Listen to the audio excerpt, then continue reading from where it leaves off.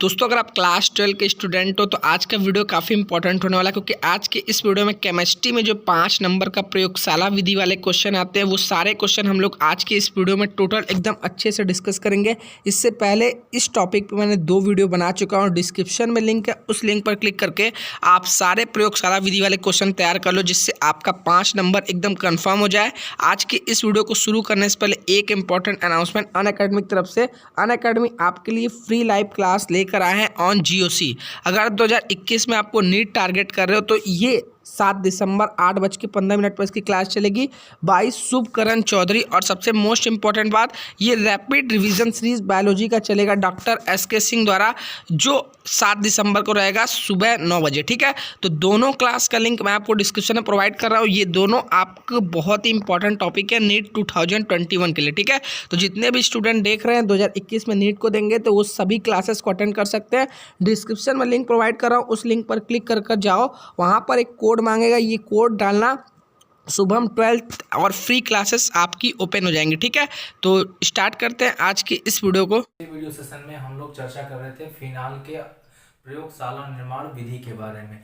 वहाँ पे हम लोगों ने बहुत सारी रिएक्शंस को भी देखा था, तो विभिन्न प्रकार से हम लोगों ने देखा था कि किस प्रकार से हमारा क्वेश्चन बोर्ड एग्जाम में पूछा गया था। दोस्तों ये वीडियो आज जो मैं आपको बना के दे रहा हूँ ये बहुत ही इंपॉर्टेंट है, क्योंकि ये आपका जो एक क्वेश्चन छूट गया था, आवाज़ थोड़ा सा फंस रही थी उस दिन, इस वजह से छूट गया था, तो वो मैं आपको फिर से पूरा करके दे रहा हूँ।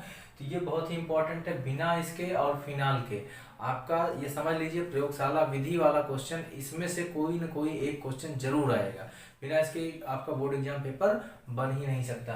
ठीक है दोस्तों, तो चलिए आइए देखते हैं हम लोग क्वेश्चन किस प्रकार से पुटअप किया जाता है बोर्ड एग्जाम में आप लोगों से प्रयोगशाला वाला। ठीक है, तो यहाँ पर एक क्वेश्चन दिया गया है, प्रयोगशाला में ईथर बनाने की विधि का सचित्र वर्णन कीजिए। ठीक है, प्रयोगशाला में कह रहा है ईथर बनाने की विधि का चित्र सहित वर्णन कीजिए। दूसरा स्टेप इसी में कह रहा है संबंधित रासायनिक समीकरण भी दीजिए, यानी इससे संबंधित जो भी रासायनिक समीकरण है उसको भी दीजिए, तथा कह रहा है इसे अविरत इथरीकरण विधि क्यों कहते हैं, यह भी आपसे पूछा जा रहा है। ठीक है, अविरत इथरीकरण विधि क्यों कहते हैं ये भी आपसे पूछा जा रहा है। ये क्वेश्चन पूछा गया 2005 में, 2007 में और 2014 में। ठीक है, तो ये 3 सालों में पिछले आया हुआ था, 2005, 7 और 14 में। 5 साल तो बहुत पुराना हो गया, लेकिन 14 मान के चलिए कि आज से लगभग 7 साल पहले। ठीक है, अब इसके बाद दूसरा हमारा क्वेश्चन, यही सेम क्वेश्चन थोड़ा सा घुमा करके किस तरीके से पूछा गया है, डाई एथिल ईथर बनाने की प्रयोगशाला विधि का सचित्र वर्णन कीजिए। और इसमें देखिए रिएक्शन पूछ लिया गया है, कह रहा है संबंधित रासायनिक समीकरण भी लिखिए, अंधेरे में क्लोरीन के साथ क्रिया का समीकरण दीजिए। देखिए ये पूछ ले रहा है आपसे कि अंधेरे में जो हमारा डाईएथिल ईथर होगा वह क्लोरीन के साथ किस प्रकार से क्रिया करेगा और क्या प्रोडक्ट बना करके देगा, उसका आप रासायनिक समीकरण दीजिए। ठीक है, इसमें 2014 में ये क्वेश्चन पूछा गया है। इसके बाद देखिए सेम क्वेश्चन किस तरीके से फिर से पलटा गया है, इसमें भी वही है, डाईएथिल ईथर बनाने की प्रयोगशाला विधि का चित्र सहित वर्णन कीजिए। फिर पूछा जा रहा है यहाँ पे जल तथा हाइड्रोजन आयोडाइड के साथ ईथर की क्रिया। ठीक है, तो ईथर की रिएक्शन किसके साथ, जल और हाइड्रोजन आयोडाइड के साथ, इसकी रिएक्शन पूछी गई। ये क्वेश्चन 2016 में पूछा गया आपका। ठीक है, इसके साथ साथ सेम क्वेश्चन था, लेकिन यहाँ पे जो है रासायनिक समीकरण जो पूछा गया था, रासायनिक अभिक्रिया जो पूछी गई थी PCl5 के साथ पूछी गई थी। ये क्वेश्चन 2007, 12 और 2015 में आया हुआ है। और इसके बाद इधर जो है CH3COCl और PCl5 तथा हाइड्रोजन आयोडाइड के साथ क्रिया पूछा जा रहा है, किसका, डाईएथिल ईथर का। ठीक है, तो ये आपका 2020 में पूछा गया, लेटेस्ट मतलब पिछले साल पूछा गया क्वेश्चन है।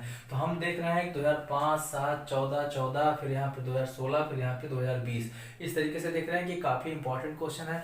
तो आइए हम लोग डिस्कस कर लेते हैं कि हम लोग प्रयोगशाला में, लेबोरेटरी में डाईएथिल ईथर का निर्माण किस प्रकार से कर सकते हैं। देखिए दोस्तों, प्रयोगशाला में जब हम लोग डाईएथिल ईथर का निर्माण, देखिए प्रयोगशाला में निर्माण का मतलब ये होता है जब हमें स्मॉल क्वांटिटी में कोई चीज बनानी होती है तो हम लोग कहाँ लेके जाते हैं, लेबोरेटरी में या प्रयोगशाला में ले जाते हैं। वही चीज अगर हमें जो है औद्योगिक रूप से उत्पादन करना होता है तो उसको हम लोग कमर्शलाइजेशन कहते हैं। तो अगर कमर्शियल पर्पज से अगर हमको उसको उत्पादित करना है तो हम लोग उसको किसी और मेथड से या इंडस्ट्रियल मेथड से उसको बनाते हैं, क्योंकि जो आपका लेबोरेटरी मेथड है ये एक तो जो है काफी कॉस्टली है, दूसरी चीज इसमें जो है काफी टाइम भी लगता है। ठीक है, तो दोनों चीजें बहुत ही सावधानी भी बरतनी पड़ती है। हालांकि सावधानी तो आपको इंडस्ट्रियल मेथड भी बरतनी पड़ेगी, लेकिन वहाँ पे थोड़ा सा लागत कम आ जाएगी और आपको प्रोडक्शन बढ़ जाएगा। यहाँ पर क्या है, लागत ज़्यादा आएगी, प्रोडक्शन कम रहेगा। ठीक है, इसी वजह से जो हम लोग लेबोरेटरी मेथड का यूज नहीं करते हैं जब लार्ज स्केल पर बनाना हो तो। ठीक, चलिए स्टार्ट करते हैं वीडियो दोस्तों। हमने आपको बताया कि इसको बनाने के लिए सर्वप्रथम क्या करते हैं, एक गोल पेंदी का आसवन फ्लास्क लेते हैं। क्या लेते हैं, गोल पेंदी का आसवन फ्लास्क। आप लोगों ने देखा होगा गोल पेंदी का आसवन फ्लास्क। उसको फिर हम लोग रखते हैं एक बालू उस्मक के ऊपर। किस पे रखते हैं, बालू उस्मक के ऊपर। और बालू उस्मक को नीचे से हम लोग क्या करते हैं, गर्म करते हैं। ठीक है, किसी बर्नर के द्वारा गर्म किया जाता है। और जो हमारा गोल पेंदी का आसवन फ्लास्क होता है उसी में एक थर्मामीटर लगा दिया जाता है और एक नली लगा दी जाती है। एक परख नली जो लगाई जाती है उसमें क्या किया जाता है, वहां से हम लोग C2H5OH यानी कि एथिल अल्कोहल धीरे धीरे प्रवाहित करते रहते हैं। ठीक है, और जो गोल पेंदी का आसवन फ्लास्क है उसमें हम लोग क्या ले लेते हैं, बेसिकली हम लोग उसमें एथिल अल्कोहल और साथ ही साथ जो सांद्र H2SO4 यानी कि सांद्र सल्फ्यूरिक अम्ल जो है ले लेते हैं, उसका मिक्सचर ले लेते हैं। ठीक है, मिक्सचर लेने के बाद उसको हम लोग 140 डिग्री सेंटीग्रेड तापमान तक गर्म करते हैं। तो हम लोग देखते हैं क्या है कि जैसे जैसे ये हमारा मिक्सचर गर्म होता है, आश्रित होता है, वैसे वैसे ये भाप के रूप में निकलता है और इसके बाद ऊपर से निकल करके एक दूसरे संघनित्र में जाता है। संघनित्र से इस आसवन फ्लास्क को जोड़ दिया जाता है। उस संघनित्र में जाने के बाद वहां पर थोड़ा सा ठंडा जल प्रवाहित किया जाता है, जिसके कारण इसका टेम्परेचर थोड़ा कम होता है। और इसके बाद एक अन्य पात्र रखते हैं हम लोग, ग्राही पात्र रखते हैं, उसको हम लोग बर्फ के जल में रखते हैं। ठीक है, वहां पर जाकर के हमें जो है आपका डाई एथिल ईथर कह सकते हैं कि हम लोग अशुद्ध मात्रा में प्राप्त हो जाता है। अशुद्ध मात्रा का मतलब उसमें जो आपका ये H2SO4 भी मिला हुआ होता है। ठीक है, जल भी मिला हुआ होता है। तो उसको हम लोग CaCl2 की मदद से बाद में जो है आश्रित कर लेते हैं या शुद्ध रूप से अलग कर लेते हैं। ठीक है, तो ये बेसिकली इस पूरे पर्पज में हम लोग देख रहे हैं कि यहाँ पर एक तो बर्नर यूज हो रहा है, दूसरा जो है आपका गोल पेंदी का आसवन फ्लास्क यूज हो रहा है, बालू उस्मक हो रहा है। डायरेक्टली हम लोग इसको हीट नहीं कर सकते हैं। क्यों नहीं हीट कर सकते हैं, क्योंकि अगर डायरेक्टली हीट करेंगे तो हमारा फ्लास्क जो है उसको ब्रस्ट होने की संभावना मैक्सिमम रहेगी, और अगर ब्रस्ट हो जाएगा तो जलने की भी संभावना रहेगी, क्योंकि H2SO4 उसमें भरा हुआ है। ठीक है, बात समझ में आई। और H2SO4 ज्वलनशील है, बहुत ही ज्यादा हानिकारक है, तो आप लोग जान ही रहे हैं। तो आइए एक रिएक्शन के माध्यम से हम लोग इसको समझने की कोशिश करते हैं। देखिए, सर्वप्रथम हम लोग क्या करते हैं, एथिल अल्कोहल लेते हैं, यानी कि C2H5OH ले लिया। ठीक है, C2H5OH ये हमारा हो गया एथिल अल्कोहल। इसकी क्रिया किससे करा दी हमने, H2SO4 के साथ करा दी, यानी कि कंसंट्रेट H2SO4। ठीक है, इसको हम लोग बोलते हैं सांद्र सल्फ्यूरिक अम्ल। ठीक है, इसको बोलते हैं सल्फ्यूरिक अम्ल, सल्फ्यूरिक अम्ल। वहीं पर ये आपका क्या है, एथिल अल्कोहल है। क्या है, एथिल अल्कोहल। जो आप लोग शराब देखते हैं ना पिया जाता है, तो यही एथिल अल्कोहल है। ठीक है, मेथिल अल्कोहल हानिकारक होता है, उसको नहीं पिया जाता, पता है आप लोगों को। अब देखिए यहाँ पर क्या होता है, C2H5 का OH अलग हो जाता है और H2SO4 क्या कर जाता है, टूट जाता है H प्लस और प्लस HSO4 माइनस में, HSO4 माइनस में टूट जाता है H2SO4।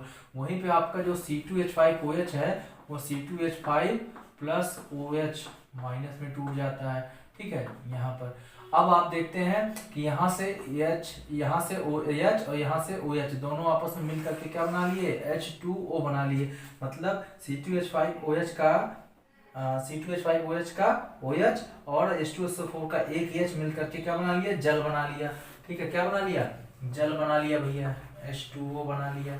ठीक, अब बचता क्या है आपका, यहाँ देखिए ये क्या बचा, C2H5 बचा। क्या बचा, C2H5 बचा। अब यहाँ क्या बचा, HSO4 बचा, HSO4। इसको हम लोग बोलते हैं एथिल हाइड्रोजन सल्फेट। क्या बोलते हैं, ethyl hydrogen sulphate. Ethyl, sorry इसको लिख लीजिएगा, एथिल हाइड्रोजन सल्फेट। ठीक है, एथिल हाइड्रोजन सल्फेट बन जाता है। और ध्यान देने वाली बात यह है, जैसा कि अभी मैंने आपको बताया कि H2SO4 तथा आपका एथिल अल्कोहल की हम लोग क्रिया कराते हैं, लेकिन यहाँ पर एथिल अल्कोहल की अधिकता रहेगी। ठीक, अधिकता रहेगी। यहाँ पर H2SO4 जो है और C2H5OH यानी एथिल अल्कोहल और H2SO4 का जो अनुपात होगा वो होगा 2:1, यानी कि अगर दो हिस्सा एथिल अल्कोहल लिया जाएगा तो सिर्फ एक हिस्सा H2SO4 लिया जाएगा। ठीक है, अब जो आपको एथिल हाइड्रोजन सल्फेट प्राप्त हुआ है, इसकी क्रिया एक बार फिर से एथिल अल्कोहल से करा देते हैं। ठीक है, आइए देख लेते हैं एक बार फिर से। जो आपका C2H5HSO4 प्राप्त हुआ है, यानी कि एथिल हाइड्रोजन सल्फेट प्राप्त हुआ है, इसकी क्रिया C2H5OH के साथ करा देते हैं। ठीक है, अब यहाँ से क्या होता है, यहाँ से देखिए C2H5 और यहाँ से O। ठीक है, तो और दूसरा ये C2H5, ये मिल करके आपका बना लेते हैं die ethyl ether, C2H5O C2H5 बना लेते हैं। ठीक है, इसी को हम लोग बोलते हैं क्या, डाई एथिल ईथर बोलते हैं। ठीक है, और साथ साथ में आपका H2SO4 निकल जाता है। ठीक है, क्या निकल जाता है, H2SO4 कैसे निकल जाता है, यहाँ से देखिए HSO4 बचा हुआ है, यहाँ से H मिल करके क्या बना लिए, H2SO4। तो इस तरीके से हम लोगों को प्राप्त क्या हो गया, डाई एथिल ईथर प्राप्त होगा। और यही तो हमें बनाना था भाई, प्रयोगशाला में हमें इसी चीज का तो निर्माण करना था। इसी वजह से जो है हम लोग इस प्रकार से हम लोग का जो है डाई एथिल ईथर निर्मित हो गया। अच्छा, आपसे चित्र सहित वर्णन पूछा गया है, आइए अभी चित्र भी देख लेते हैं। उसके पहले क्वेश्चन में एक और पॉइंट दिया गया, कह रहा है इसे अविरत ईथरीकरण विधि क्यों कहते हैं। देखिए इसमें क्या होता है, अविरत ईथरीकरण विधि इस वजह से कहा जाता है क्योंकि जो एथिल हाइड्रोजन सल्फेट होता है, इसमें जितनी मात्रा में आप जो है C2H5OH मिलाते रहते हैं, वो कंटिन्यू वे में आपको उतना ईथर प्राप्त होता रहता है। यानी कि जैसे जैसे आप एथिल अल्कोहल की मात्रा बढ़ाते रहते हैं, वैसे वैसे आपको ईथर मिलता रहता है। इसी अविरत का मतलब लगातार, अविरत का मतलब क्या हुआ, लगातार। ठीक है, लगातार आपको ईथर मिल रहा है, इसी वजह से इसको क्या बोला, अविरत ईथरीकरण विधि बोला जा रहा है। ठीक है, तो भैया उम्मीद करते हैं इतनी चीजें आप सभी लोगों को समझ में आ गई होंगी। एक बार मैं हट जा रहा हूँ, आप लोग इसका स्क्रीनशॉट ले लीजिए। ठीक है, चलिए उम्मीद करते हैं आप सभी लोगों ने इसका स्क्रीनशॉट ले लिया होगा। चलिए आइए हम लोग इसका फिगर देख लेते हैं कि फिगर किस प्रकार से इसका बनाया जाएगा। ठीक है दोस्तों,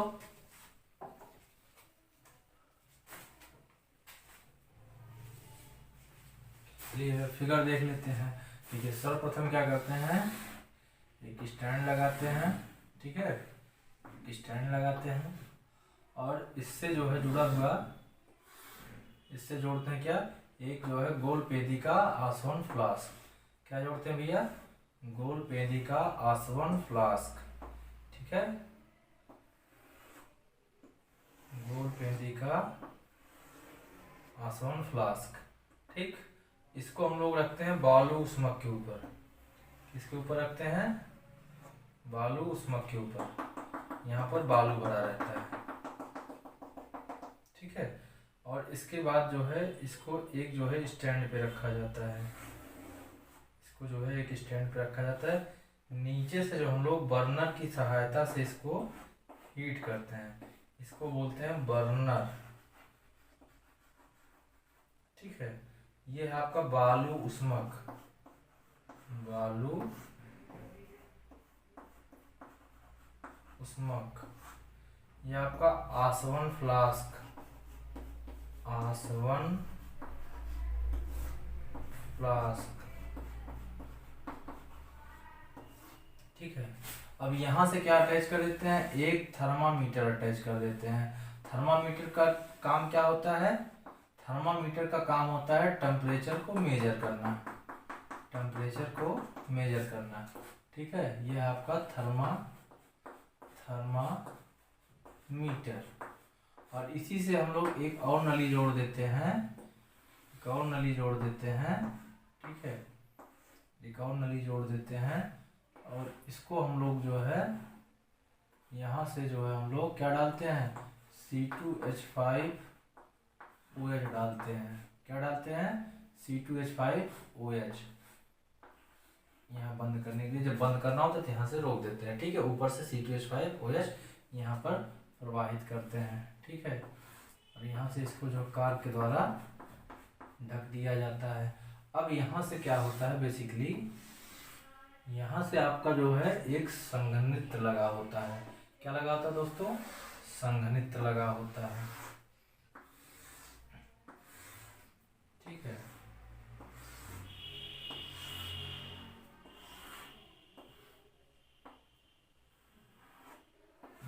जो है संघनित्र लगा होता है। यहाँ से क्या करते हैं, जल को निष्कासित करते हैं, जल को निष्कासित करते हैं। यहाँ से क्या करते हैं, ठंडा जल जो है प्रोवाइड कराते हैं, ठंडा जल। ठीक है, यहाँ जो है आपका जल भरा होता है संघनित्र में।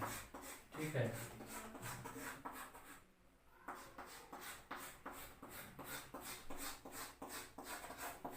आपका संघनित्र। अब इस संघनित्र का कनेक्शन जो है हम लोग एक जो है ग्राही पात्र से कर देते हैं।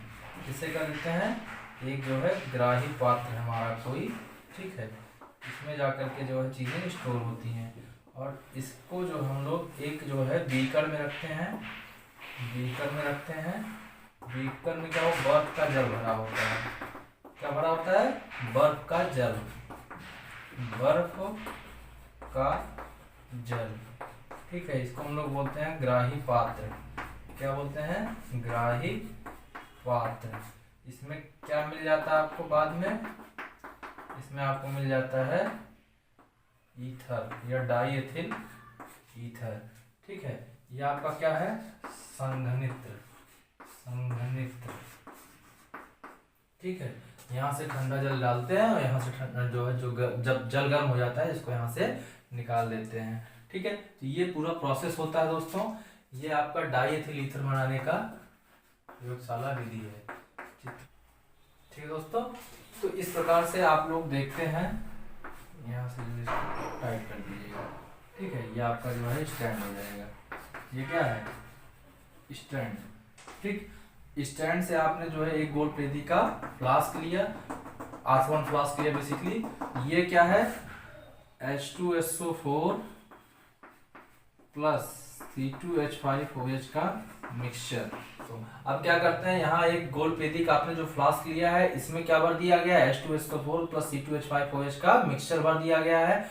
ऊपर से आप लोग C2H5OH की जब भी जरूरत होती है तो यहाँ से प्रोवाइड कराते रहते हैं। अब ये क्या हो जाता है, आसवित हो जाता है। क्या हो जाता है, आसवित हो जाता है।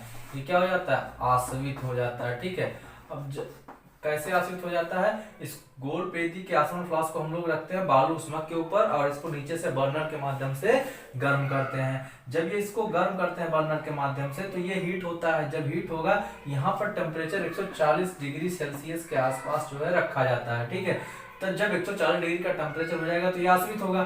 जब आप अच्छा टेम्परेचर कैसे पता चलेगा, इसको मेजर करने के लिए हमने यहाँ पे एक थर्मामीटर लगा रखा है। ठीक, अब यहाँ से जब ये आसवित होगा तो ऊपर से भाप बन करके जाएगा और यहाँ पर इस संघनित्र में जाएगा। संघनित्र में क्या होता है, यहाँ से हम लोग ठंडा पानी प्रवाहित करते हैं और यहाँ से जो पानी गर्म हो जाता है, जब उसका टेम्परेचर कम हो बढ़ जाता है तो उसको हम लोग यहाँ से निकाल देते हैं। ठीक है, तो जब यहाँ से पानी रन करता रहता है इसी के बीच आपका जो है आसवित कंडीशन में डाइएथिल ईथर जाता है, वो धीरे धीरे लिक्विफाई हो जाता है। कैसा हो जाता है, लिक्विफाई हो जाता है। और इसके बाद इसको हम लोग एक ग्राही पात्र में इकट्ठा कर लेते हैं और इस ग्राही पात्र को किसमें रखते हैं, ठंडे जल के एक जो है बीकर में रखा जाता है। ठीक, और इस प्रकार से आपको यहाँ से ईथर की प्राप्ति हो जाती है। तो ये पूरा प्रोसेस है आपका जो है डाइएथिल ईथर बनाने की प्रयोगशाला विधि का। ठीक है भैया, तो उम्मीद करते हैं आप सभी लोगों को समझ में आया होगा। अच्छा, एक चीज अभी मैं भूल गया था, जब मैं आपको रिएक्शन बता रहा था मैंने बताया था C2H5OH, ठीक है, प्लस HSO4। HSO4 का मतलब H2SO4। ठीक है, यहाँ से H यहाँ से OH मिल लिया तो क्या बना लिया, यहाँ से बना लिया आपका जल H2O बना लिया और प्लस बना लिया C2H5HSO4 यानी कि एथिल हाइड्रोजन सल्फेट बना लिया। यहाँ पर टेम्परेचर 100 से 110 डिग्री सेल्सियस रहता है। ठीक है, कितना रहता है टेम्परेचर, 100 से 110 डिग्री सेल्सियस रहता है। इसके बाद फिर से क्या करते हैं, C2H5OH की क्रिया एथिल हाइड्रोजन सल्फेट के साथ कराते हैं यानी कि C2H5HSO4 के साथ कराते हैं। तो यहाँ से एक H और ये एक HSO4 ये मिल करके क्या बना लेते हैं, H2SO4 बना लेते हैं। क्या बना लेते हैं, H2SO4 बना लेते हैं। ठीक है, H2SO4 और साथ ही साथ में आपका क्या बन गया, C2H5 O(C2H5), ठीक है, ये चीज आपको प्रोवाइड होगी। इसी को आप लोग क्या बोलते थे, डाई एथिल ईथर। यहाँ पर टेम्परेचर 140 डिग्री सेल्सियस रखा जाता है, ठीक है। इसी वजह से हम बोल रहे हैं आपसे कि टेम्परेचर 140 डिग्री सेल्सियस रहेगा, ठीक है। तो जो समीकरण आप लोगों ने लिखा था वहां पे ऊपर 100 से 110 सेल्सियस लिख लीजिएगा और यहाँ पे 140 डिग्री सेल्सियस लिख लीजिएगा। बात समझ में भैया? तो उम्मीद करते हैं आप लोगों ने इसका स्क्रीनशॉट ले लिया होगा। चलिए बढ़ते हैं हम लोग इसके कुछ रिएक्शंस की तरफ। कौन कौन से पॉपुलर रिएक्शन आपसे पूछे गए हैं, ठीक है, आइए हम लोग देख लेते हैं। चलिए भैया सर्वप्रथम हम लोग देख लेते हैं PCl5 के साथ क्रिया, ठीक है, डाई एथिल ईथर की C2H5O(C2H5), ठीक है, ये आपका डाई एथिल ईथर हो गया। इसकी PCl5 के साथ क्रिया, यहाँ पर जब देखिए आपका जब PCl5 इससे क्रिया करता है तो बना क्या लेता है, यहाँ बना लेगा आपका जो एक क्लोरीन यहाँ से आकर के अटैच हो जाएगा तो बनाएगा C2H5Cl। इसको बोलते हैं एथिल क्लोराइड। क्या बोलते हैं? एथिल क्लोराइड, ठीक है, ये बन जाता है एथिल क्लोराइड। और साथ ही साथ क्या बन जाता है आपका, फास्फोरस ऑक्सी ट्राइक्लोराइड। क्या बन जाता है? फास्फोरस ऑक्सी ट्राइक्लोराइड,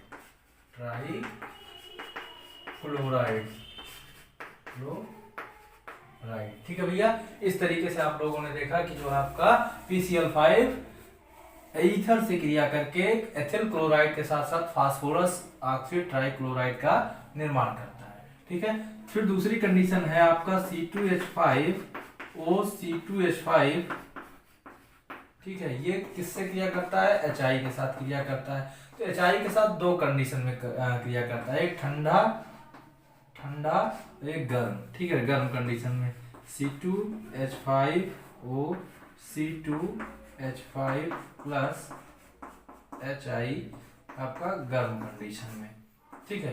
देखिए बेसिकली यहाँ क्या होता है, जब आपका C2H5O(C2H5) हाइड्रोजन आयोडाइड के साथ क्रिया करता है तो बनाता है आयोडो एथेन। क्या बनाता है? आयोडो एथेन बनाता है। यानी कि जो आपका C2H5 और I क्रिया करके क्या बना लेगा? C2H5I बना लेगा। क्या बना लेगा? C2H5I बना लेगा। इसको हम लोग बोलते हैं आयोडो एथेन। क्या बोलते हैं? आयोडो एथेन बोलते हैं। क्या बोलते हैं भैया? आयोडो एथेन बोलते हैं, ठीक है। जब ये कब ठंडे HI के साथ क्रिया करेगा तब, ठीक है, तब ये बना लेगा। अच्छा दूसरी चीज यहाँ पर बचा क्या? यहाँ पर बचा C2H5O और यहाँ पे H, तो C2H5O और H मिलकर के क्या बना लेंगे? C2H5OH बना लेंगे। क्या बना लेंगे? C2H5OH। इसको क्या कहते हैं आप लोग बहुत अच्छे तरीके से जानते हैं। इसको क्या कहा जाता है? इसको आप लोग बहुत अच्छे तरीके से जानते हैं। अच्छा अगर ये जो है गर्म HI के साथ क्रिया करता है तो भी वही बनाता है, C2H5I बना लेगा। साथ साथ में आपका यहाँ से जल बाहर निकल जाता है। क्या हो जाता है? जल बाहर निकल जाता है। ये तो हो गया PCl5 और हाइड्रोजन आयोडाइड के साथ क्रिया, ठीक है, PCl5 और हाइड्रोजन आयोडाइड के साथ क्रिया। एक बार आप लोग इसका स्क्रीनशॉट ले लीजिएगा, ठीक है। चलिए नेक्स्ट है अंधेरे में क्लोरीन के साथ क्रिया। तो अंधेरे में क्लोरीन के साथ जब क्रिया करता है तो ये C2H5O(C2H5), ठीक है, और ये जब आपका अंधेरे में क्लोरीन के साथ क्रिया करता है, किसके साथ? क्लोरीन के साथ, प्लस Cl2 एट अंधेरा, ठीक है। जब अंधेरे में क्लोरीन के साथ क्रिया करता है तो बेसिकली बना क्या लेता है? ये आपका बनाएगा CH3CHClOCHCl3।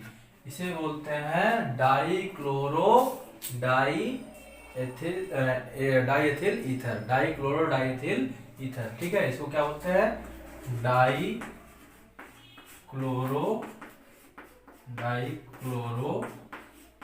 Diethyl ether. क्या बोलते हैं, डाइक्लोरोडाइथिल ईथर। दूसरा आपका जल के साथ क्रिया है, ठीक है, तो ये हो गया C2H5O C2H5, ठीक है, H2O के साथ क्रिया, ठीक है। यहाँ क्या हो रहा है, बेसिकली जल अपघटन हो रहा है। क्या हो रहा है, जल अपघटन। अच्छा, इसको हम लोग R लिख सकते हैं कि नहीं, इसको O इसको R, ठीक है भाई, ROR समान रूप है, तो इसलिए ROR लगा दिया। यहाँ पर हमने लिख दिया H2HOH, क्या लिख दिया, HOH, ठीक है। अब यहाँ से देखिए एक H जाकर के कहाँ से अटैच हो गया, एक H जाकर के इसके RO से अटैच हो गया, ठीक है। तो बना क्या लिया, ROH बना लिया, ROH बना लिया, ये मिलकर के आपस में। यहाँ क्या बचा, यहाँ भी ROH बना, इसका मतलब 2 अल्कोहल बन जाता है। जब आपका ईथर जल का जल अपघटन कराया जाता है तो क्या बन जाता है, अल्कोहल। क्या बन जाएगा, अल्कोहल। यानी कि अगर इसकी बात करते हैं तो क्या बन जाएगा, C2H5OH बन जाएगा, 2 मॉलिक्यूल, ठीक है। यानी कि आपका एथिल अल्कोहल बन जाता है। एक तो हो गया आपका अंधेरे में क्लोरीन के साथ क्रिया, दूसरा आपका हो गया जो है जल के साथ क्रिया। अगला है आपका CH3COCl के साथ क्रिया, ठीक है। तो आइए देख लेते हैं, C2H5O C2H5, ठीक है, प्लस CH3COCl के साथ क्रिया, ठीक है। बेसिकली इसमें क्या होता है, हमारा जो है एथिल एसीटेट बन जाता है। एथिल एसीटेट का मतलब CH3COOC2H5, और इसे हम लोग क्या बोलते हैं, एथिल एसीटेट बोलते हैं। क्या बोलते हैं भैया, इसे हम लोग बोलते हैं एथिल एसीटेट। यहाँ पर क्या है आपका, यहाँ पर आपका ईथर है और ये CH3COCl के साथ क्रिया कर रहा है, बना क्या ले रहा है, एथिल एसीटेट बना ले रहा है, ठीक है। क्या बना ले रहा है, एथिल एसीटेट बना ले रहा है। साथ ही साथ एथिल क्लोराइड भी जो है मुक्त हो जाता है, साथ ही साथ एथिल क्लोराइड भी मुक्त हो जाता है। देखिए यहाँ से एक बचा हुआ है, ठीक है, तो ये क्या होगा, देखिए यहाँ से CH3CO, ठीक है, और यहाँ से क्या हो गया, CO हो गया। अब यहाँ से O और C2H5, ये हो गया आपका एथिल एसीटेट, ठीक। बचा क्या, यहाँ पर C2H5 बचा और यहाँ पर Cl बचा, तो C2H5 इसको हम लोग बोलते हैं एथिल क्लोराइड। क्या बोलते हैं, एथिल क्लोराइड। तो भैया इस तरीके से आपका पूरा ये संपूर्ण रिएक्शन निर्जल जिंक क्लोराइड की जो उपस्थिति में क्रिया संपादित होती है, निर्जल जिंक क्लोराइड ZnCl2 के उपस्थिति में क्रिया संपादित होती है। तो इस प्रकार से आपका ये रिएक्शन भी कंप्लीट होता है। आप लोग इसका भी एक बार स्क्रीनशॉट ले लीजिएगा, ठीक है। तो इस प्रकार से आप लोग देख रहे हैं कि किस प्रकार से प्रयोगशाला में जो है आपके डाइएथिल ईथर का निर्माण हो रहा है या ईथर का निर्माण हो रहा है। इंपॉर्टेंट रिएक्शन है, बोर्ड एग्जाम में की बार पूछे जाने की संभावना प्रबलतम है, इसलिए इसको जरूर तैयार करके जाइएगा। बहुत ही मोस्ट इंपॉर्टेंट क्वेश्चन है ये। उस दिन वीडियो में जो आवाज की दिक्कत आई थी, इस वजह से मैंने इसको फिर से आप लोगों को बना करके दे दिया है, प्रोवाइड करा दिया है, ठीक है। तो चलिए मित्रों, अगर आप लोगों को वीडियो अच्छा लगा तो कमेंट करके जरूर बताएं, वीडियो को लाइक करें। अगर आप चैनल पर नए हैं तो चैनल शुभम क्लासेस चैनल को सब्सक्राइब करें। आप गूगल प्ले स्टोर से जाकर के शुभम क्लासेस ऐप को भी डाउनलोड कर सकते हैं।